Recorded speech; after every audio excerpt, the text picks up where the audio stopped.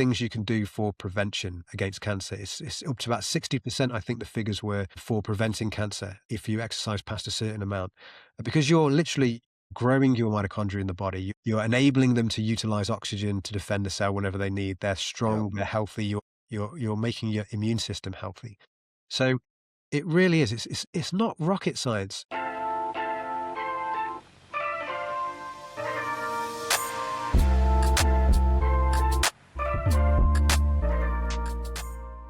All right, everybody, welcome back to Ultra Life Today. Ultra Life Today, Adam Payne is right here. My name is Kyle Drew, and we have been joined for a couple of different episodes with a new friend of ours, Mark Lintern. He is the author of The Cancer Resolution, and you can find his work on his website, cellsuppression.com. The reason it's called that is because his theory that he's been working on is called the Cell Suppression Theory of cancer. It comes up alongside some of the other theories that he's friendly with, like the Metabolic theory, popularized by Dr. Thomas Seyfried. But it really works mostly in contrast with the idea of the somatic mutation theory, or the idea that, well, our DNA just breaks at random and we don't know why, and so we need to repair it that way. And it has been a riveting couple of conversations we've had, Adam. And so the place we wanted to go today, Mark, is where do we go from here? Now that we are saying, okay, we need to be looking at a pathogen, perhaps fungi, maybe others, but let's look at fungi and how does that affect the way that we should be thinking about cancer treatment? Give us a quick overview so that we can think through this a little bit together.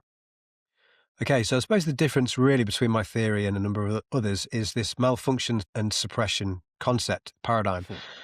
Most of the theories view the fact that or assume that the cell has gone rogue, it's been damaged, and it's now the problem. It's now essentially a new species. It's growing out of control. It's doing whatever it wants. That suggests that we've got to target, we've got to attack it with drugs, and we've got to kill it. Well, my concept is that actually the cell's being suppressed by an external influence, namely a fungal pathogen. There are bacteria involved in tumors, we know that, so they could have an influence. However, the suppression model suggests that actually our cells are doing everything they can to eliminate the threat of this external pathogen, and it's now living intracellularly within the cells. And so our cells aren't at full. So the paradigm now shifts from attacking the cell to supporting the body, supporting the defense mechanisms, the immune system, supporting the cell, supporting mitochondria. So you want to be doing all sorts of treatments associated with improving the holistic health of the body. Now, I think the issue is not to really rest on one particular theory. And the other thing I want to point out, when patients are coming into these sort of conversations and trying to understand what else they can do to help themselves, it's a minefield. It's overwhelming, and there's a lot of contradicting information out there. But I've not heard anyone really talk in the way that I'm about to speak about theories. And that is that you can use cancer theory as a practical tool to help you decide on what treatment approach to use, one that's going to be possibly the most effective. Because we don't know what the cause of cancer is yet. None of the theories that are out have been proven effectively. But what we do have is a set of theories that the accuracy of which can be measured against the hallmarks of cancer. Basically, the theory that explains more hallmarks is technically more accurate and is more likely to have identified a key mechanism of the disease. And what we find is that my theory on paper at the moment explains all 10 very cohesively and very coherently. The metabolic theory explains at least 7. There are 3 in contention that I suggest need to be fully explained. Proponents of the metabolic theory will suggest that they explain all 10, but there are these 3 contentions, so that's something for people to decide for themselves whether they think those contentions are significant or not. However, what we have here are 2 main theories that explain the vast majority of the hallmarks. Then you have the tissue organization field theory, which is pretty much dealing with the inflammation of the tissue, making sure that tissue is working together effectively. So you've got to reduce inflammation, essentially. And that explains around 5 of the hallmarks. So that's good. So you want to take that into account. That makes sense anyway. Reduce the inflammation that gives rise to the disease in the first place.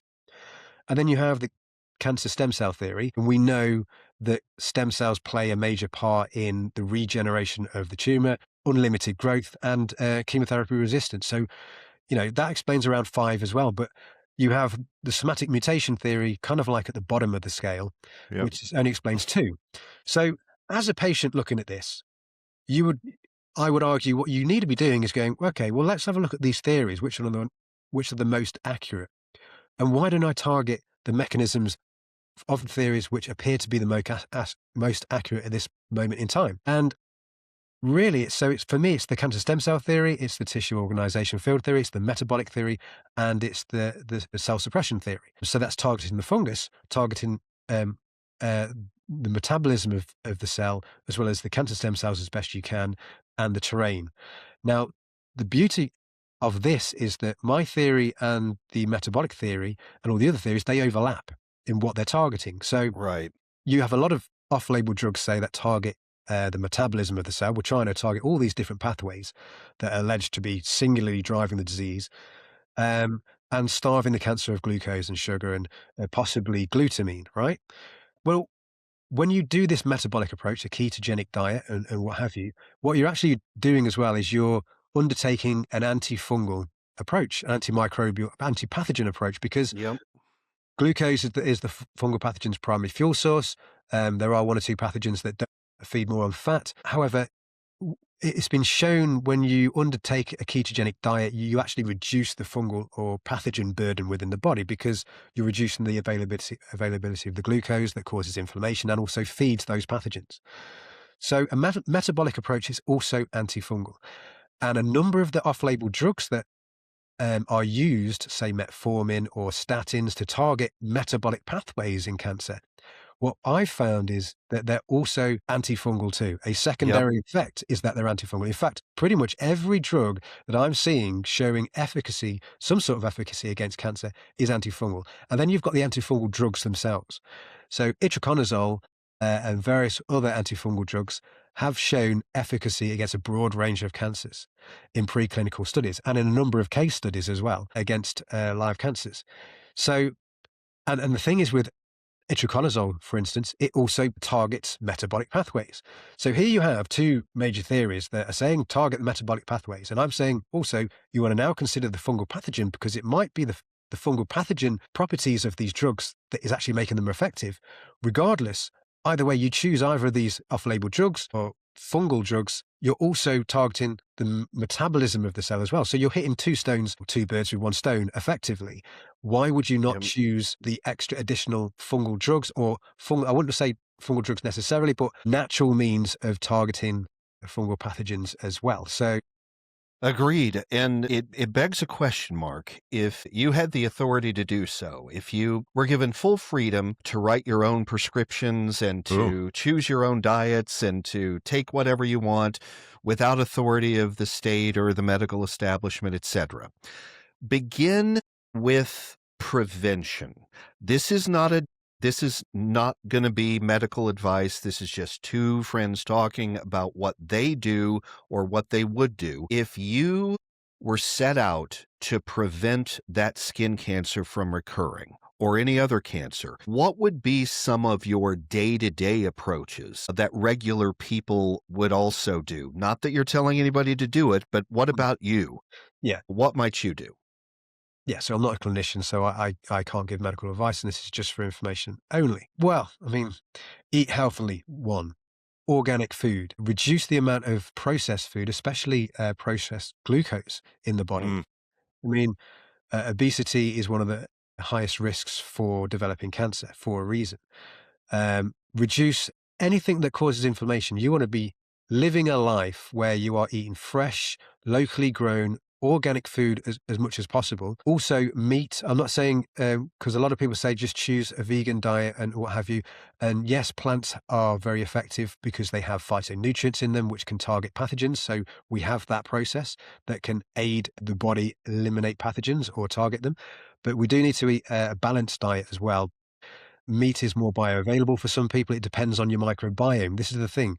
It's not a one size fits all for everybody. So you've got Yeah. to really understand that you've got to keep your microbiome healthy, reduce inflammation as much as possible, and exercise, because exercise is one of the greatest things you can do for prevention against cancer. It's up to about 60%, I think the figures were, for preventing cancer if you exercise past a certain amount.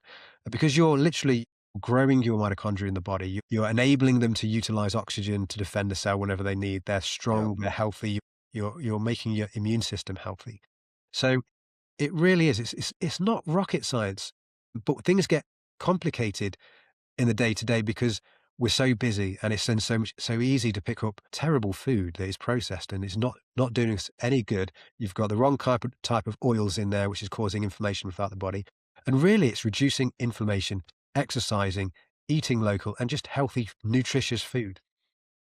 You know, one of the things about the food piece of this, and I'd like to get your opinion on it. There was a study or a paper that came out in the Journal of the American Medical Association in 2002 by Dr. Ruth Etzel, and it was talking about, at least in America, the American food supply and which crops are commonly contaminated with mycotoxins. And so she was talking about peanuts Mm. and wheat and many of the grains. And in the case of corn, she said it is universally contaminated with mycotoxins. And so some of us have And peanut butter. also peanuts and peanut Mm. butter and all of that, and cereals and toast and all of this. And some of us have taken that information and we've said, you know what? I'd like to kind of reduce my mycotoxin exposure by adjusting what I'm putting in my body, not just what's feeding fungus that's already there. Do you have an opinion about that kind of thing? We talked about mycotoxins a little bit in the previous episode, but reducing the amount of mycotoxins that we're actually ingesting by making certain choices based on the foods that we choose to ingest. Any Absolutely. thoughts on that? Absolutely. Absolutely. And I think the problem is that there aren't that many tests that are being done for Yeah. identifying mycotoxins. There's only 5 or 6 or maybe even 10 that are commonly screened for. But there was a study done that was looking at the umbilical cord blood of newborn Mm, babies, right? yep. And they found over 200 different toxins present in that blood. So the newborn baby, and I think it was over 180 were carcinogens as well as mycotoxins. So yes, unfortunately, peanut butter is absolutely gorgeous and very tasty. There was also a study done, I think it was in China, where they couldn't work out why a specific group of children were getting cancer at a high Mm, rate, and they found out that it was due to them eating peanut butter because the high rate of aflatoxin that is present goodness. within the peanut butter. So Wow. yes, it is becoming aware of what grains and what products are actually high in mycotoxins. And the other thing I would like to point out as well is fasting. Oh It's not boy, just yes. exercise. If you want to look at it very simplistically, the body has two states, an anabolic state and a catabolic state. And when you're consuming primarily carbohydrates far too high, essentially you're upregulating insulin to such a level because the body wants to get rid of the carbohydrate or the glucose in the blood. You're upregulating insulin to a certain level, and that forces the body into an anabolic state, which means we're in a period of abundance. There's loads of food, so let's store Mhm. that excess glucose as fat just for when winter comes around and we might need to, rely on less food. We can then burn it. And if you're not, if you're over consuming, then you're going to be constantly in an anabolic state, right? Now, the benefit of the flip side of that is when you have a catabolic state, that's when you don't consume too many calories, and you don't consume too much glucose. Insulin drops below a certain threshold. The body starts realizing that we need to increase the amount of glucose. It breaks down that glucose from fat. That's the catabolic state. What's what happens when you get into ketosis. Yep. But what's happening there is, you imagine the two states. You have one which is in abundance, and if the analogy is you have an environment where a company or that grows and grows and grows, 'cause it's in a financial situation where there's financial abundance, everyone's spending money. you accrue employees that possibly aren't as efficient as they could be.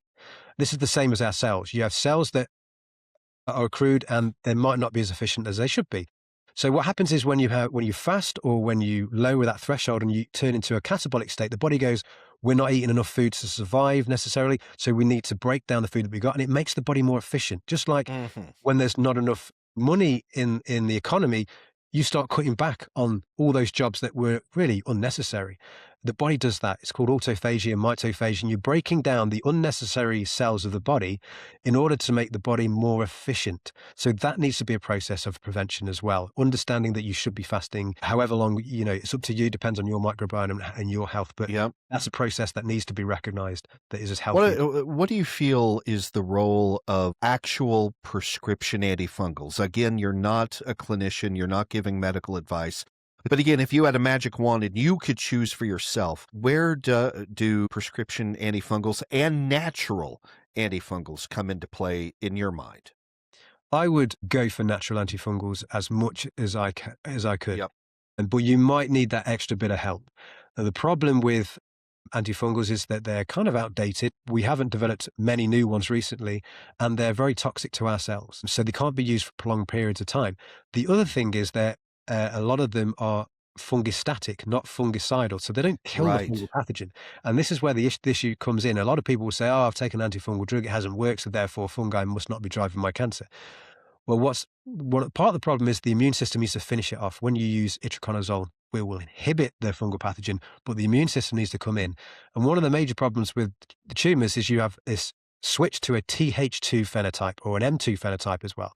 And that's where the immune cells have switched to a phenotype where they're just interested in repairing the damage to cell tissue. They're not interested in attacking pathogens. You need a switch back to the Th1 response in order to do that. So if you are going to use, say, an antifungal drug, not even with an antifungal drug, you still need to switch the immune system back to a Th1 response, which is where you have immune phenotype that can target intracellular pathogens. And incidentally, fungi transition the immune system to a Th2 response in order to evade Goodness. the immune system. That's just Wow. another correlation. So it's trying to address that and possibly using medicinal mushrooms. That's Yep. one of many Yep. different mistletoe, many different approaches that can be used to modulate the immune system to help the drug itself if you go What down about the the route. growing popularity of the antiparasite drugs? Fenbendazole, ivermectin, for example. At least those are the two in America that seem to be getting the most play. Yeah, so they inhibit the microtubule formation in the cell, which effectively completely inhibits the entire process of absorbing nutrients into the cell over a period of time, which would block everything off.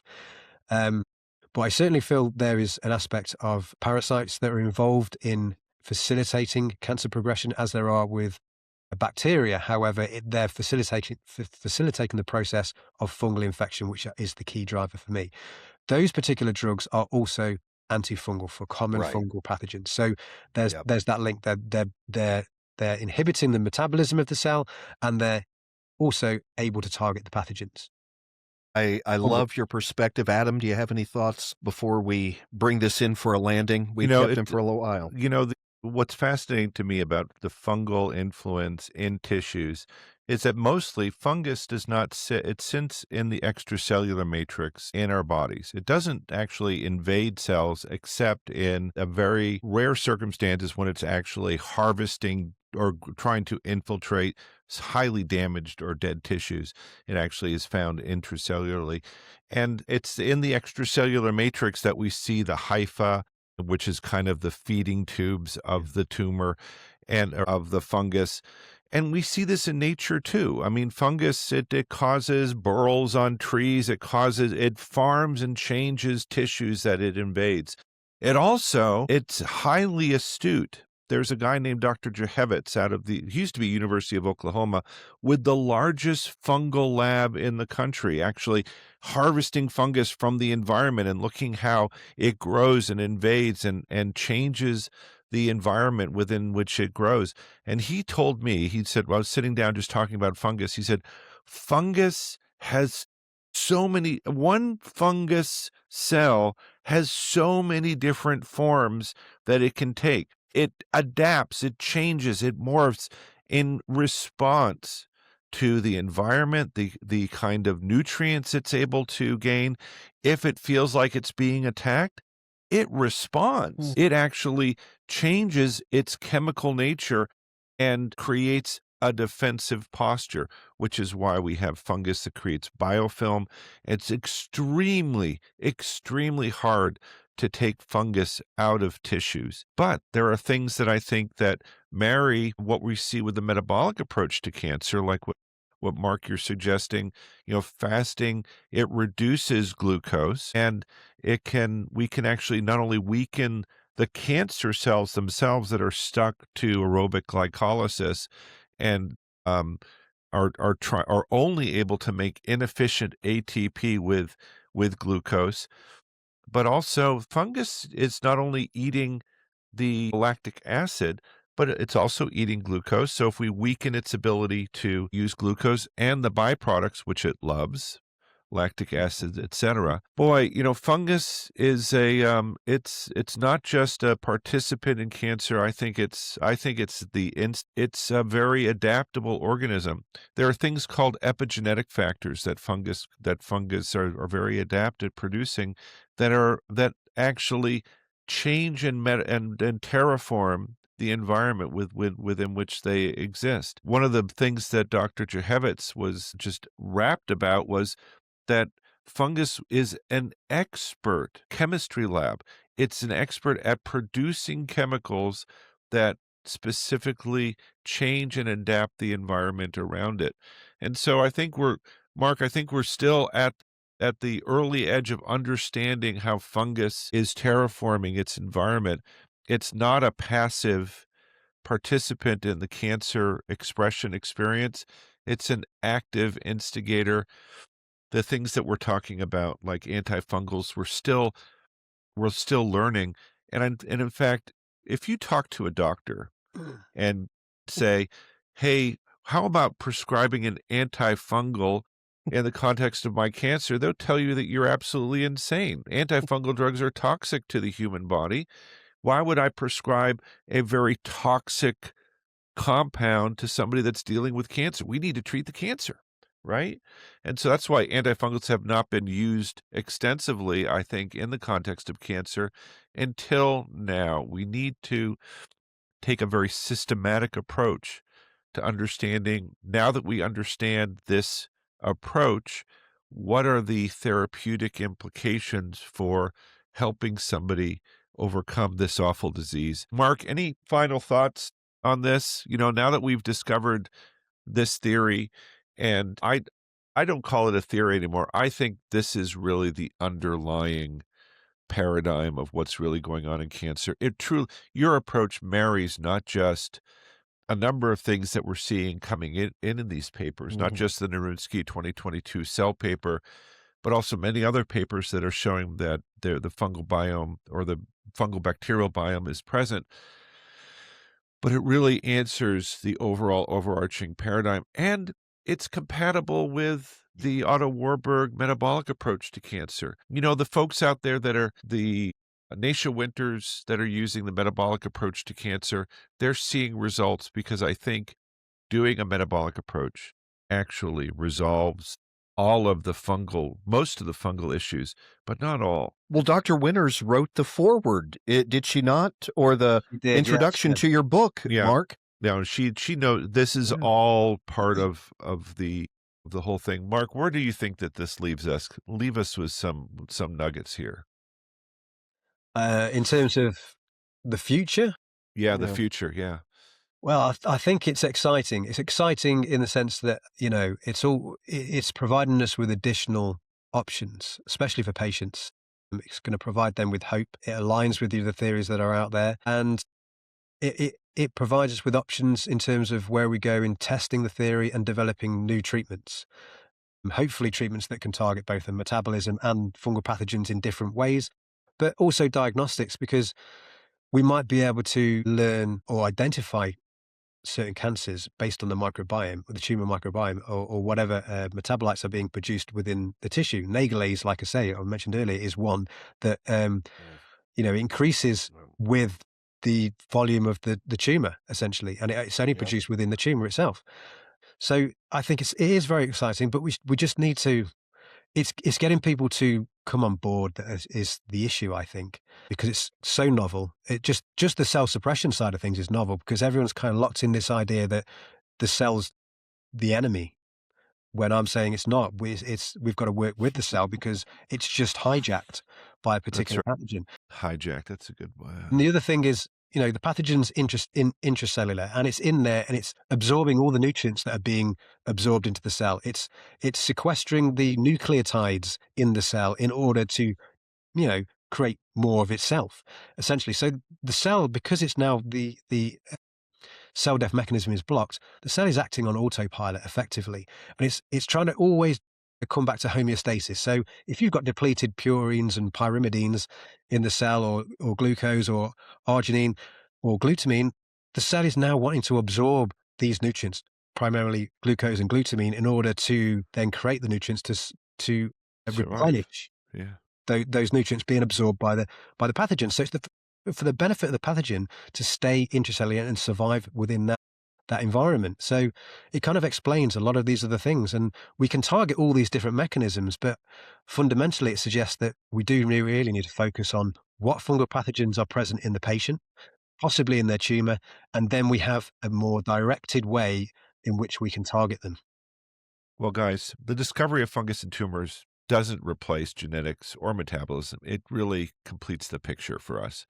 Cancer begins to look less like a random failure and more like a managed biological environment. As metabolic theory, immune suppression, and the fungal biome converge, a more complete understanding of cancer emerges. This conversation, I think, marks the beginning of that shift. Mark, thank you for joining us. And we really appreciate all our listeners joining us today. Kyle, thank you for being with me today. I've loved it. This has Thank been a you. real treat. Thank you for joining us here at Ultralife today. Please join the conversation online with us. Reach out to Mark Lintern at Cancer on the Cancer Resolution at cellsuppression.com. Mark, thank you for joining us. This has been a real treat. Thank you, Kyle. Thank you, Adam. It's an absolute pleasure to talk to you guys, and I look forward to hopefully talking to you again in the future. Yeah, we'll see you at Annie Appleseed. Oh, yes, you will. Yeah, fantastic. Looking forward to it. Yeah, take care. Thanks, everybody. Ultralife today.